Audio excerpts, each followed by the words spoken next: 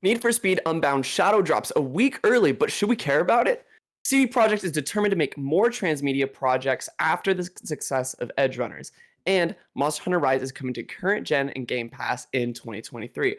All this and more on this episode of Checkpoint.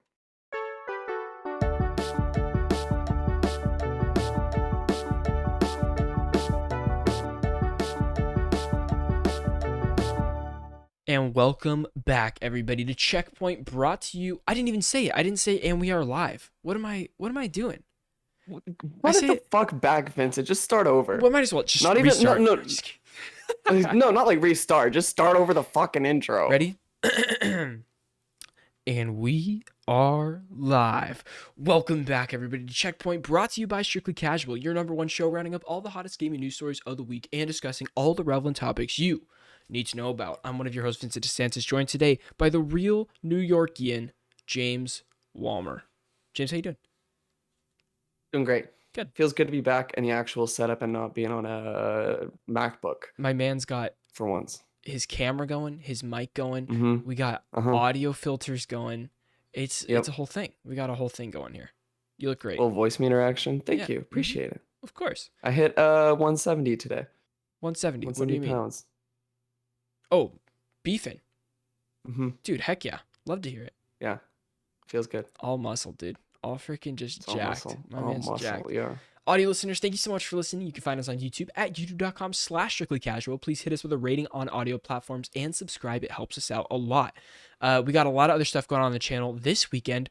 Ryder and I are going to LA Comic Con, and we're going to be streaming Fuck yeah, you are. from LA Comic Con. So it's not just like we're bringing a camera and a microphone type deal. It's like they have a content creation like studio in there, and you can apply to be a creator. And so we have a time slot where we get to stream in their content creation studio from holy shit. Yeah, from 12:30 to 3:30. I have no idea what we'll be doing. I think we're just gonna like try to record a YouTube video from there so that we can chop it up later. But then we'll probably play some games and stuff, and that's gonna be on the Strictly Casual YouTube channel, streamed to there. So fuck yeah. Do you have any like ideas for what games you're gonna play? I don't know. They gave us a list of like all the games they have loaded up on their PCs and stuff. Yeah.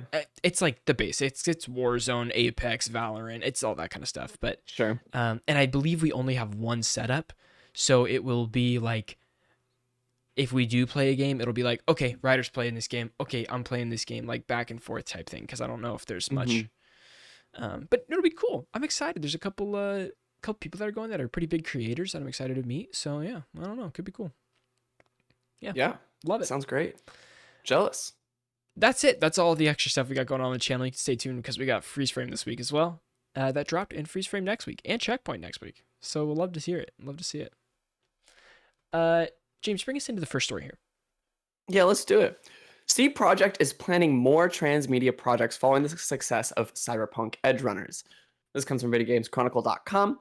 Cyberpunk Edgerunners was released in mid-September and was a hit for both the streaming platform and CD Projekt. Which, hold on, let me get this straight. Is it still CD Projekt Red, or did they drop Red? Because I've been seeing CD Projekt a lot in the show notes. I think it's just and short on term. Socials. It's just some short. It's just shorthand. Yeah, it's still CD Projekt Red. Okay. Which CD Projekt has partly attributed a recent increase in Cyberpunk 2077 sales to the success of the show. I would say the same. During its third quarter earnings call on Monday, CD Projekt was asked if it's planning a second season of Cyberpunk Edgerunners for Netflix, saying, quote, "We are not confirming any specific plans for a second season of Edgerunners or anything super specifically," said Michal Nowakowski, CD Projekt's SVP of Business Development, but he added, "We have an appetite to do more in the transmedia space, so in linear visual animation or live action, and those plans have not changed, so when we are ready, you may expect to see more announcements in that regard coming from us." End quote. Strong Cyberpunk 2077 sales drove record third quarter financial results for CD Projekt, the company announced on Monday. The open world RPG saw a spike in player numbers in September, coinciding with the launch of its major 1.6 patch, a half-price discount on Steam, and the Cyberpunk Edgerunners release. Now, I'm going to add right here real quick, as we heard earlier, that they are not planning a second season of Cyberpunk Edgerunners because they said they're just finished with the show. They're going to leave it there. which I'm happy However, about. I don't really want a I'm second happy season for about it. that Yeah. too. No, I thought it was more than sufficient. It was very tight. It's got a good It ending. was Yeah. the tightness worked for the first season, Yeah. and it's very like definitive. And so Yeah. I think they're alluding to other projects. They're moving on to different things. Maybe they'll do other cyberpunk branded transmedia things, as you know, they're kind of implying at here, but I don't think that's going to be Edgerunners. It's very interesting because I don't think Edgerunners is a new success for them when it comes to like transmedia stuff, because they've had Witcher. Like, do you know how much Witcher content we have outside of the game? Well, first off, their books. So much. Their books first, and then they made games off the books. Now we have a Netflix show off the games and anime off the games. We have comic books off the game. Like, they're doing.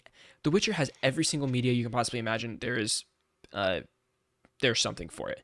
Cyberpunk is a little different because it's a board game, and then we have the video game based on the board game. Now we have a show based off the video game. So, I'm sure they can jump into a lot more stuff. Live action is probably on the table for Cyberpunk. I would say, like, I think they could definitely do a live action. I think it's harder to do in live action to make it look right. I don't know. The Studio Trigger's animation was so beautiful for like Night City, like It was gorgeous. that it would be really hard to replicate that live action. But I don't think it would work. it would just be a CGI just fest. That's what it would be. Yeah. And it like you're already so far into that like animation area that it's like, why Yeah. not just make it fully animated? Because I think the animation is what gave that so much style, personality that you can't harness with live action. Right. Yeah, I don't want it to look like the Cowboy Bebop live action. Because that like took all of the style Yeah. out of just the sucked show. the life It out felt of so soulless. Yeah. it. But Which is like a larger debate on like whether you like it's good to have live action adaptations of Yeah. animated series to like kind of like appeal to a wider audience, but in my opinion that doesn't hold a lot of ground. there's more bad examples than good examples, so it's hard to I can't think of one good example of an animation that's better live action.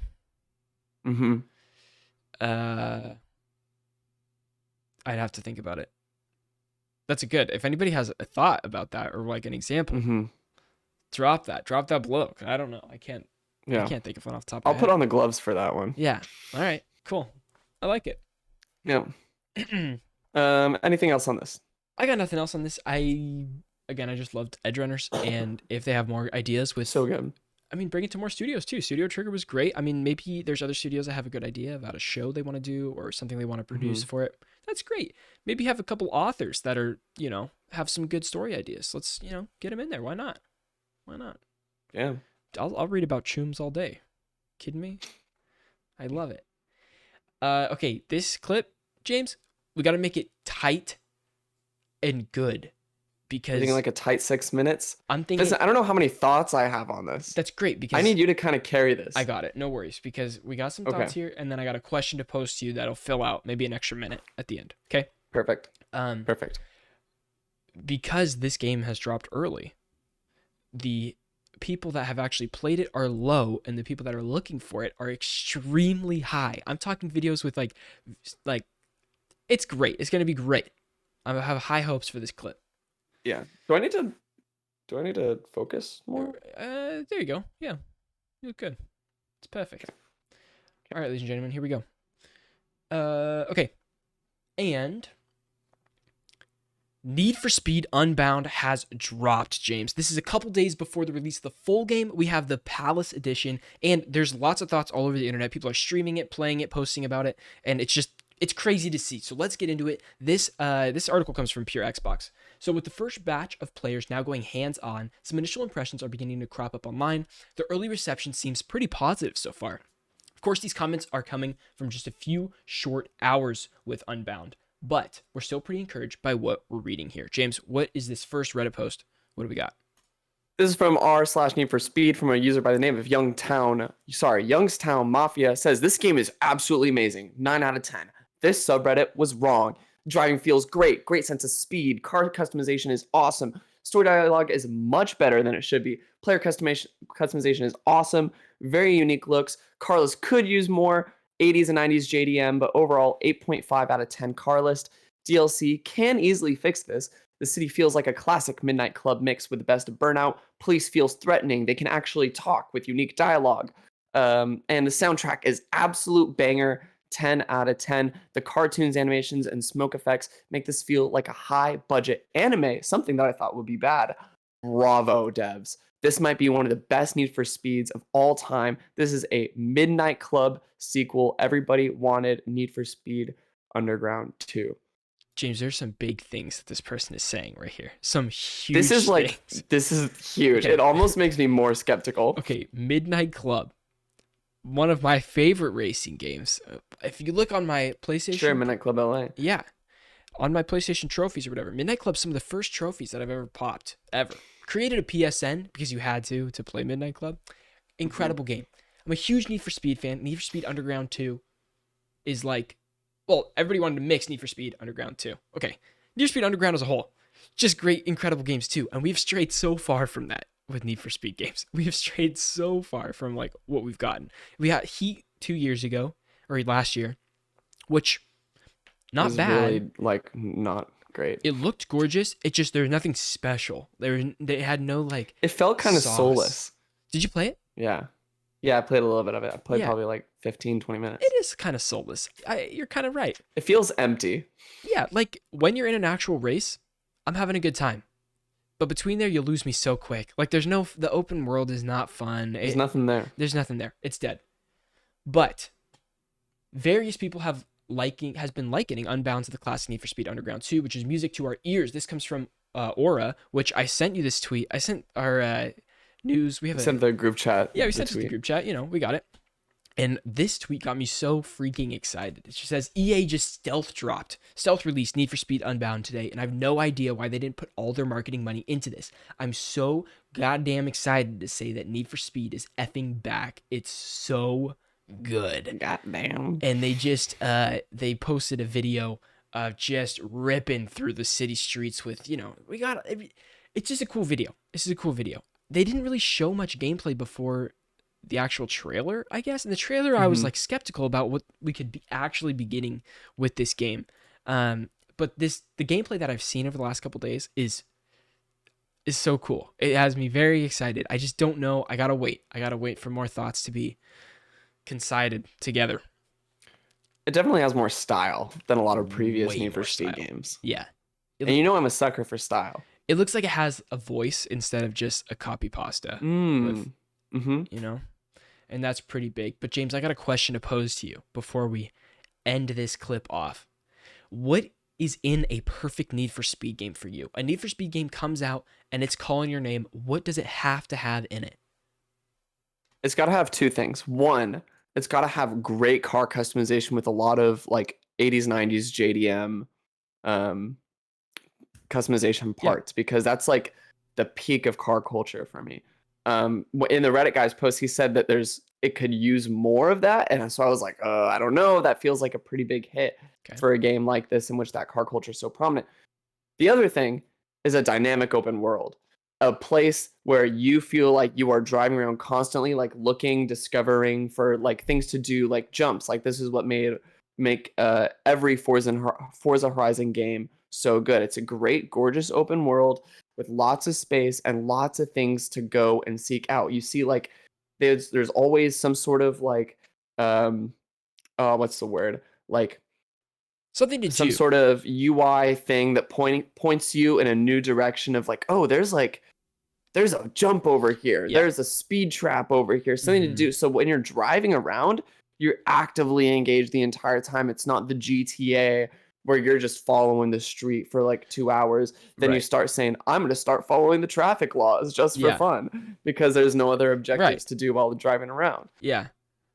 I think, those are two big ones. But along with just a huge expanse of cars and big customization and a good open world I'm less importance on the story, I guess, for Need for Speed, because I don't think I've ever been like, it's not a memorable story. I do like having some sort of, something to follow, I guess, is helpful to me. But like visually, it has to have a style too. I think that's huge. Need for Speed Heat tried to have like a visual style in Miami and stuff, but failed. This looks like it has that extra oomph that I really, really want. But also, the driving mechanics have to be solid, okay? And I don't. Heat changed to a tap brake to drift system, and Hmm. that never feels good for me. Like there's other control schemes, and Need for Speed Heat just did not click with me, and the previous Need for Speed didn't either. It really hasn't been since Rivals since I've been like in love with a Need for Speed game, and I'm really hoping that this brings me back to that because that's a great like current gen Need for Speed game. That is a good model, Hmm. I think. I think they're also like they try to get so technical with the driving mechanics and like the limited slip differentials and all of the different customizations you could do to your car that it felt like it lost a little bit of Hmm. accessibility where it's like this is either a really heavy technical drifting game but it's also Sure. it's like feels conflicted because it's so like it's communicating to you I'm arcadey. Yeah. It's communicating to you I'm simple, I'm fun. But then you look at the settings of like how you can customize tire pressure and The all that stuff. tuning. And I'm like, Yeah. to some extent, yeah, the tuning. I'm like, to some extent, this is cool, but also I feel like it doesn't teach you enough in an accessible way to like make this more fun. This is more Yeah. like taking away from the experience than it is adding to it. I want it arcadey with the tuning, but I don't want the tuning to like even affect that much of like what I'm actually doing in the game. I would like the tuning to be like in Need for Speed Heat. This fun that I had was the tuning with the sound of the engine and the exhaust and stuff like that, and like that was so fun for me. I was Hmm. less hot on tuning tire pressure or slopes of add-on aftermarket parts and stuff like that. I don't know, like that was less fun for me. Keep it arcadey, but have it depth. Like it can be arcade and still have depth to it. It doesn't have to just Hmm. be flat. I guess it doesn't have to be a racing sim or anything like Right. that. So Right. can't wait to hear more about this. I can't wait to get my hands on this.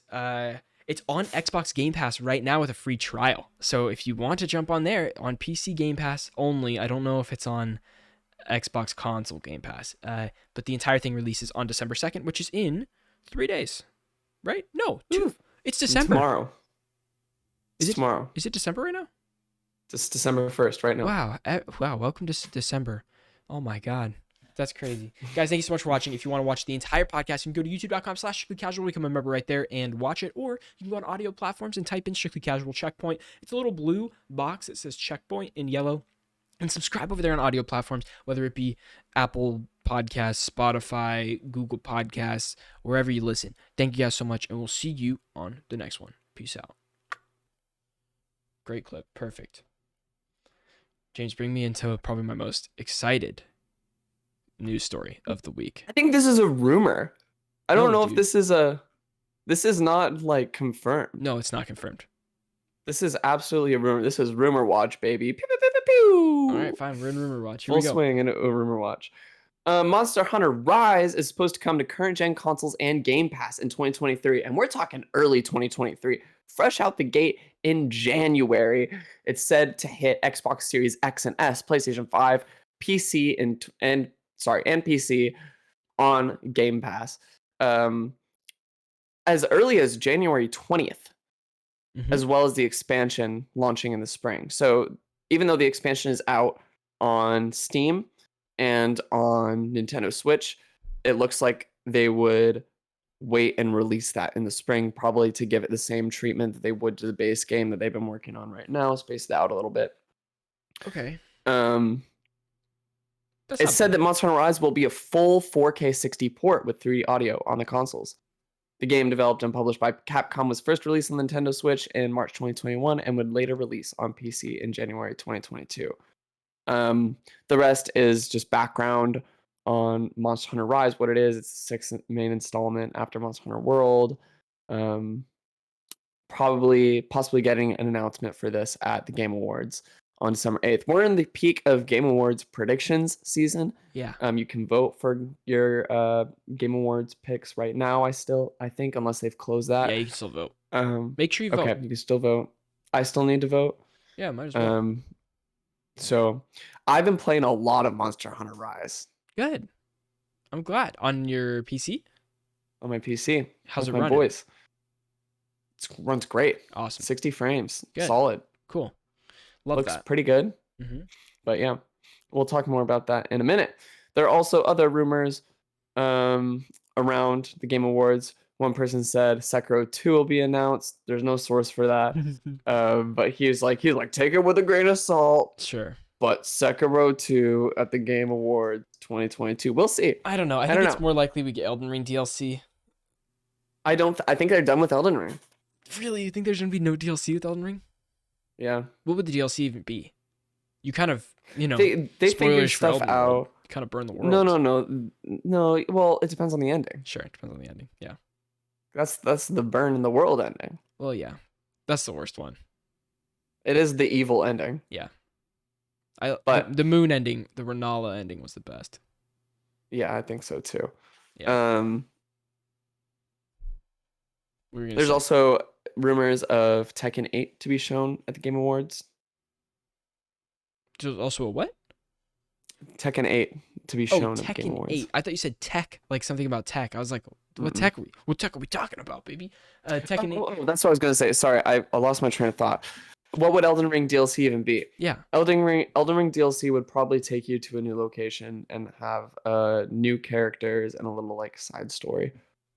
Which sounds fun. That's typically what Dark Souls game or like Souls DLC is. It takes you to a new location. They level the playing field again. Yeah. Mm-hmm. Introduce you to a ton more enemies, new weapons, new armor, new spells, new NPCs that you interact with. And in Dark Souls 3, could you bring those new weapons and spells into the main world again? Can you bring them? Yeah, back always. Oh, beautiful. Yeah, always. Okay. Yeah.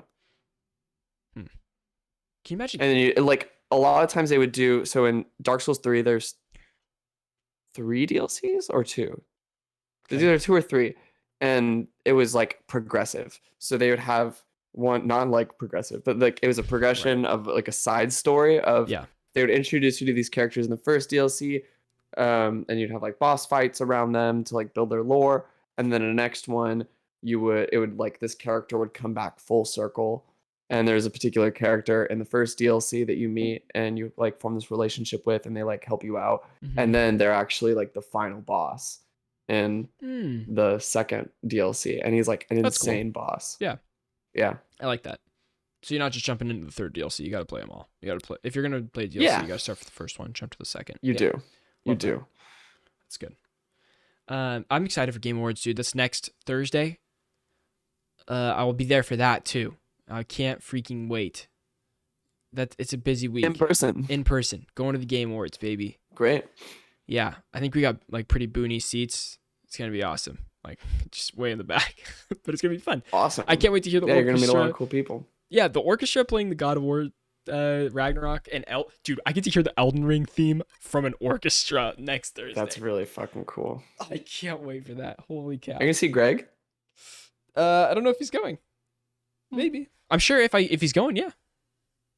He's got a kid now, so I don't know. Yeah.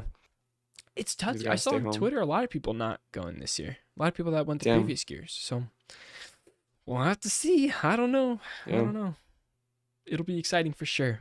Hopefully we get some good. Hey, James, this is kind of a tangent as well. I think we're severely lacking on new announcements for games recently. Even at the latter part of the summer. Hold on. No, sorry. I'm going to cut you off just because. Do you know Callisto Protocol's coming out like. Yeah, it comes out the same day that Midnight Suns comes out. That's crazy. Do you know they. I thought it was way farther out. They only sent review codes. They haven't sent review codes yet. It comes out tomorrow. So it was a day before they're sending review codes, which is scary. That's always scary in this. That is really scary. Not promising. No. But we have seen early reviews are good.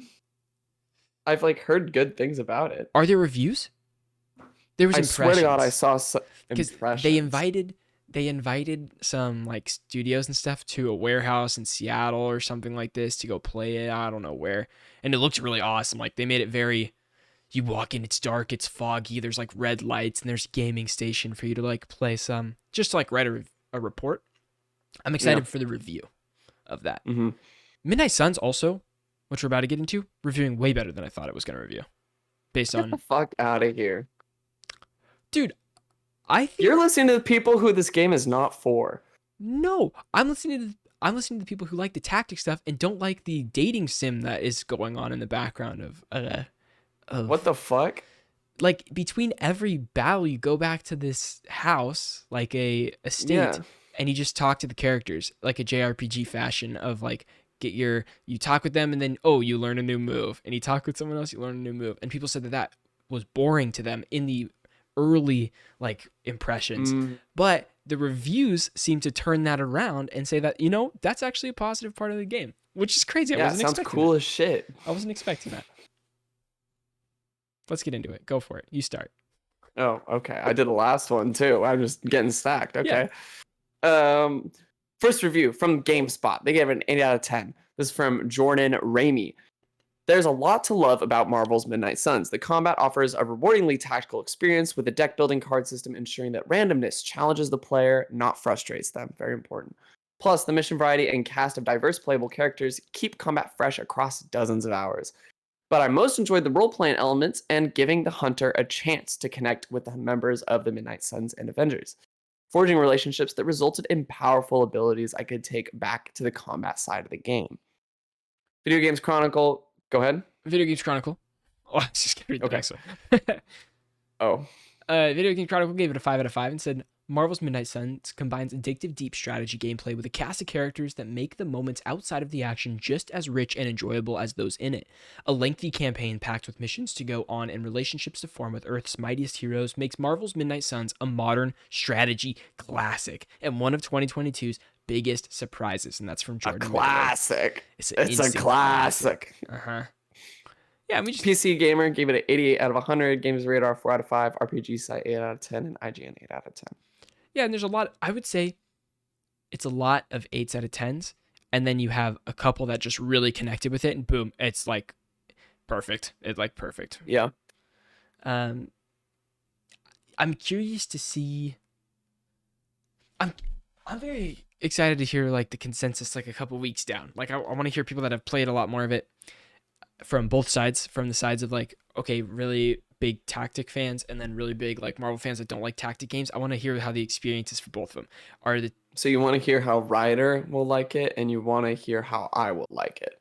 Yeah, I want to hear if it's like dumbed down to be nicer for onboarding for Marvel fans, or if it's really tried and true in its tactics and it's just using Marvel as an onboarding for that sort of thing, or is it meet somewhere in the middle? I'm kind of hoping it's more heavily on the tactical side and then easier onboarding, that sort of thing. I think it'll be somewhere in the middle because XCOM games in the past have had like 9 to 10 different abilities like per unit. Sure. Or like options to do, like you go on Overwatch, you could, all these different things. And I think the card system like might potentially, I don't know much about it, might potentially narrow you down your options to give you like a fewer number of options, but those still might have a lot of complexity within that. Got it. Love that. That's good. That's excited. my prediction. I don't know. Right. I want to pick it up, dude. There's a couple games I really want right now, and it's just like I can't. I can't. I literally cannot buy a $60 game right now and play it. Nope.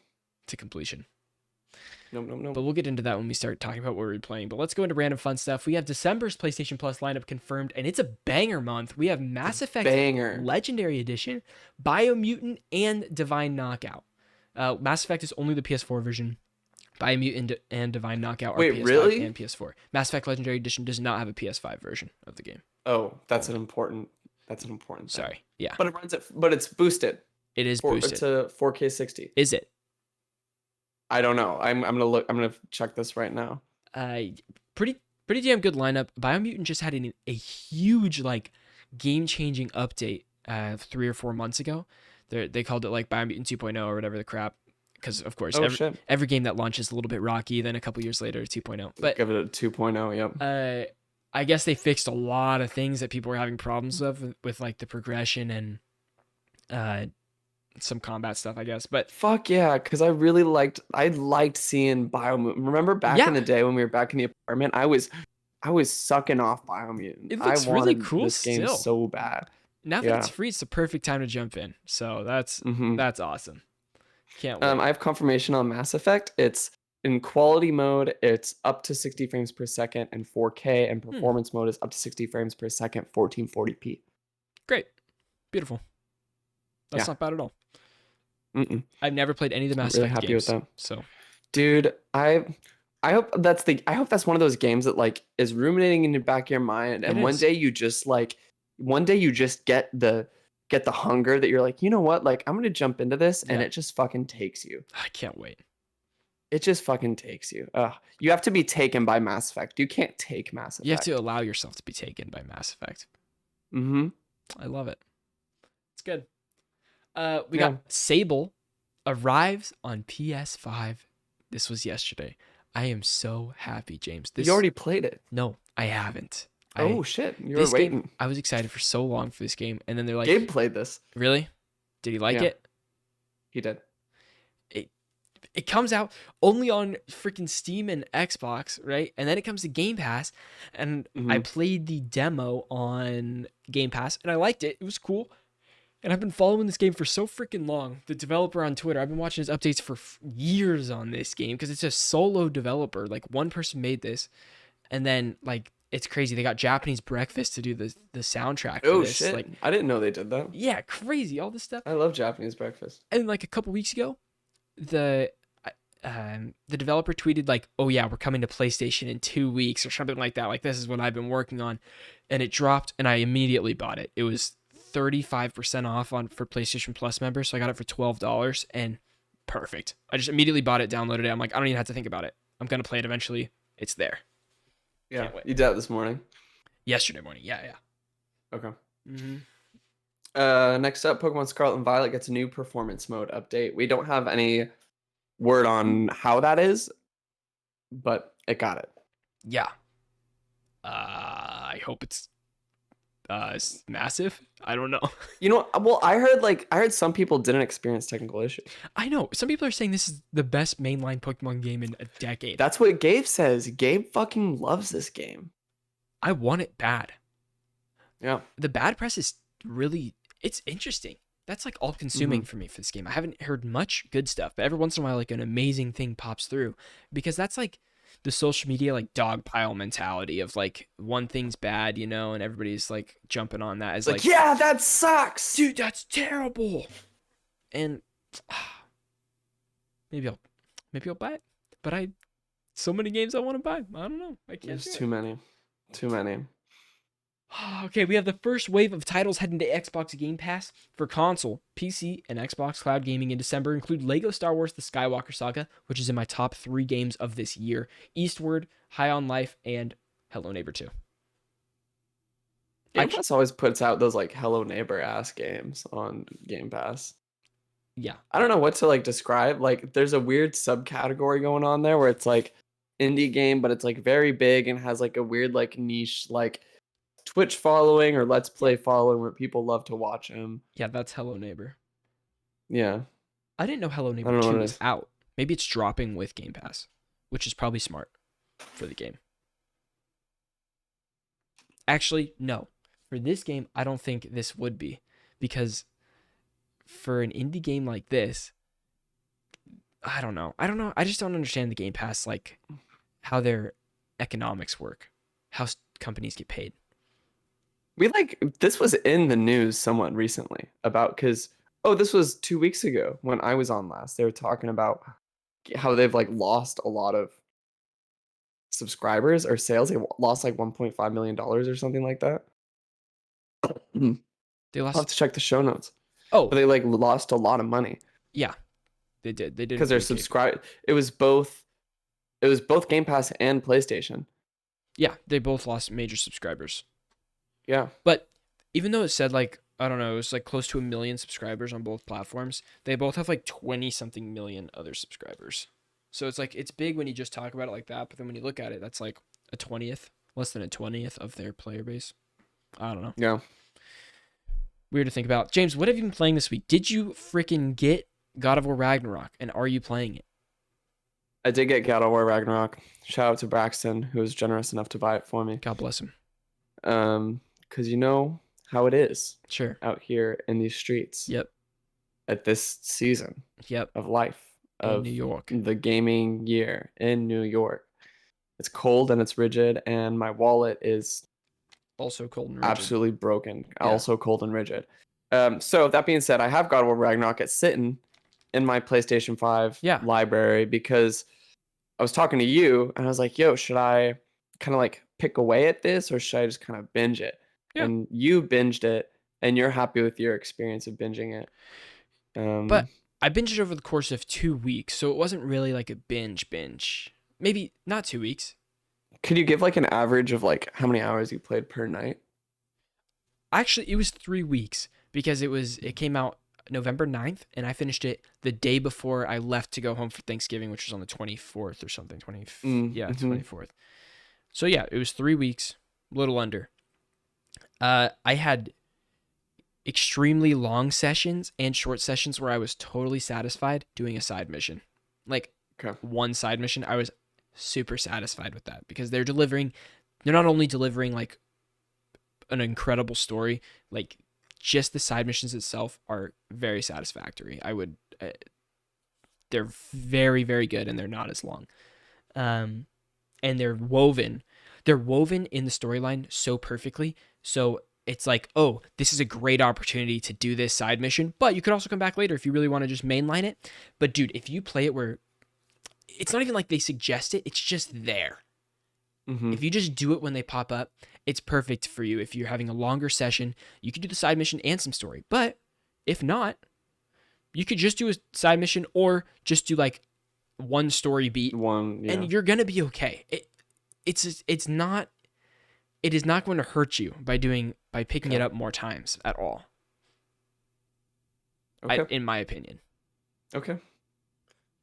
I'm 36 hours in God of War Ragnarok now. But you're done. Oh, but I'm platinum in this bad boy. You're doing end game content. The Berserkers are the new Valkyries in this game. Wow. Okay. They are kicking my ass. I have 5 out of 12 done. Cool. It's wow. So hard. Shit. You're almost halfway. Yeah. They hit me with a 2-on-1 situation and I quit. I was like, I'm done. I can't do any more today. Yeah. Yeah. So I've been playing. So I haven't played God of War. I tried to jump into it. Like I got like maybe halfway through the first cutscene. Okay. And then my boys were like, yo, we're in Discord. We're ready to play some fucking Monster Hunter. I said, I'm out. We're playing Monster Hunter. Shoot me. So I am playing Monster Hunter Rise a lot. Mm-hmm. I have about, let me check my Steam hour count right now. I am at 9.6 hours in Monster Hunter Rise. Mm-hmm. And it's just so much fun. Like, you know me, Vincent. Yeah. I don't grind. I don't like to grind a lot. Right. But Monster Hunter is an exception because I will grind for shit that makes me look cool as hell. Sure. And I love just hunting monsters is so fucking fun to me. Mm-hmm. There's so much like variation of like you can mess around with different weapons and things like that. Like between hunts to kind of just give you a little more variation when you're going between. So it's not the same exact thing every time. Saying, oh, I'm going to try out this moveset. There's so much variation and like the skills it can use per weapon. Like I love the wire bugs. They make it so much more fun. You don't feel as slow as you did in Monster Hunter World. Mm-hmm. It's just a great time and really scratching a particular itch for me that I go in there. I like do a hunt for like 15-20 minutes. And I'm done. I'm out of there. I get my materials. I see what the new armor from that new monster I killed looks like. I'm like, oh, I'm either like, oh, bummer, or like, oh, that's cool as shit. Now I want to do a little extra work to try and get that. Yeah.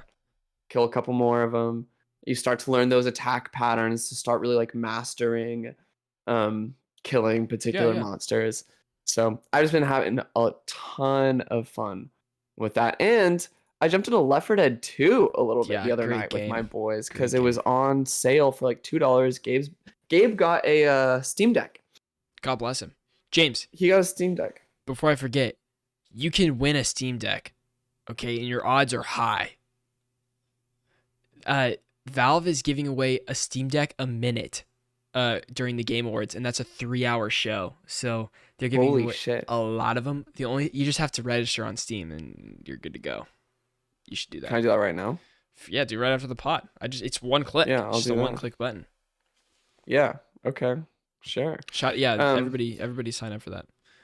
And I've been playing Overwatch too. I'm back into Overwatch. Really? I got that fucking Yeah. Overwatch in my veins, and I'm chasing the dragon. And it Yeah. feels so goddamn good to be back. I know people say a lot about toxicity around that game.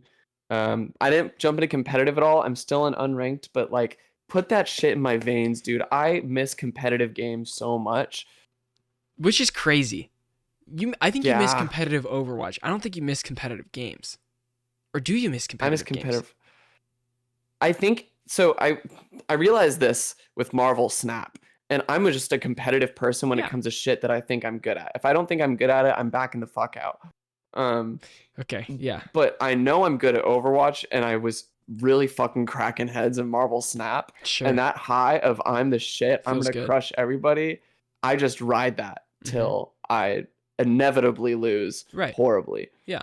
Um, and So, then there's a few more rounds of like I can't end on a loss. I can't end on a loss. are you playing Overwatch 2 on your PC? PlayStation. You're playing it on your PlayStation. I was playing. See, I was playing Overwatch 2 on my PlayStation also, and it was fine. I played all of Overwatch 1 on PC, like mouse and keyboard. But Yeah. as I've been playing on controller for Overwatch 2, I don't miss mouse and key all that much. Like I don't really feel like I I'm need it, I think I'm better on controller. I think I hit more of my shots dude. on controller. You say the magic word, dude. If you need another teammate, I'm there. Really? And you know who's really good? Enzo. Enzo's really good at Overwatch. He's That really doesn't good. surprise me. That doesn't surprise me at all. It's fun. But It's yeah, fun. that's been my makeup of games that I've been playing this week. Guys, James been gaming. Oh, you know what? On my Switch last week when I was sick, and while I was waiting for my monitor, I was playing on the SNES um virtual console. Yep. I was playing Legend of Zelda: A Link to the It's Past. the best Zelda game. That's what people say. I'm not fucking with it yet. I hate old. Here's what you got to know about me, Vin. Yeah, tell I me. hate old games. The minute you say a game's like more than 20 years old, I'm fucking out because so many of the mechanics are so Oh, dated. Like, James. I still have yet to progress in Link to the Past. I only got the first pendant, so I still have yet to even get the fucking Master Sword. So we'll see. Like, There's only four things that you collect in Link to the Past. Like there's a quadrant, I would say, to the map, and each yeah, quadrant has a dungeon. yeah, I did one. Okay. I beat it. I beat Link to the Past on the Yeah, virtual console thing, and I freaking loved it. It was so fun. Now, was there some frustrating parts that I'm like, damn, game design has come a long way? Absolutely. But I don't think it discounts my experience. I really loved it. Have I ranted You have. about about the concept of enemies touching you and you taking damage and how that's like one of the worst aspects of game design ever? That's Left 4 Dead 2. No, because they gotta hit you. Like they gotta do the Okay, animation of okay, them okay. hitting it. That's different. You don't But want to like if graze. I don't want to graze an enemy and take damage. Sure. So that means I'm also calling shots at every Mario game ever. Hmm. Um I Yeah. fucking hate it. It Okay. doesn't make sense to me. Did you watch the latest Mario trailer, by the way? No, I didn't. I need to. James, it's incredible. I didn't know. No, It's incredible. everyone keeps saying that like it's so close to peak fiction, It's but the Chris Pratt's awful Italian accent is dude, just bringing it down. didn't even pull me out of this trailer. It didn't even pull me out. Holy There's shit. too many highs. Too many highs to get me down on this one. You gotta watch it. I can't wait. Okay. Is it like You spoiled? might I get a would say? live reaction after this. Dude, it's No, it's awesome. not spoiled. I don't know what the fuck. Oh, I know shit. Donkey Kong's in it, but It's nothing. Okay, I can't wait. This is gonna be great. great. Cool. All right, guys. What about you, Vin? You didn't talk at all. Yeah, I played God of War Ragnarok. I mean, I haven't played for like a week because I went home and it's just been busy on the way back. Okay. But I just picked it up yesterday again, playing some more God of War. I'm going for the plat for sure. There's like a section of the game that has beast hunts afterwards too, and there's like 8 dragons to go like after and stuff. So sick. Oh my god, I'm having a great time with that. And along the way, like the dialogue between the characters are it's so good. It is so good. And Yep. this is post-game stuff that Yeah. you don't Like new conversations. I've never heard a repeating conversation in this game. Not Holy once. fuck. Not a single time. Not even when I jump into a boat and start going around, Wow. Mimir's talking, this and that, telling a story. Yeah. Have never heard a repeating story, even though I've been to the same locations, going back to try to get some stuff later on. Wow. Also, the fact that you can go to all 9 realms in this game, and then you explore all of them within the story, but then you go back there and a giant piece of the map opens up that was not in the story, full of things. I'm not talking just a bullshit like environment. I'm talking you go in and the character. That's all. I can't say anything. Or you get a new item that opens up a brand new piece of like so much stuff. Or you get like this, and it's so good. It is so good. I really thought Elden Ring was going to be my game of the year, and I don't know, man. I don't know anymore. It's too hard to tell. They're both good for different reasons, and I just don't know what to say. Okay. I can't get enough of it. I can't wait to play more God of War. Holy shit. And Holy then fuck. What else have I been playing? I dropped into some friggin' Warzone and Call of Duty the other day too. Okay. Crazy. I don't know you're still on that train. It's fun. I have a great time with it. Okay. I got a lot of friends playing Warzone, so it's easy to be like, if they need someone or something, they'll just text the group chat and I'll jump in with them. Sweet. I think Warzone 2, the new map, is really well designed. Cool. It's super good. I like it. But it's Call of Duty. Okay. That's it. Great. Yeah.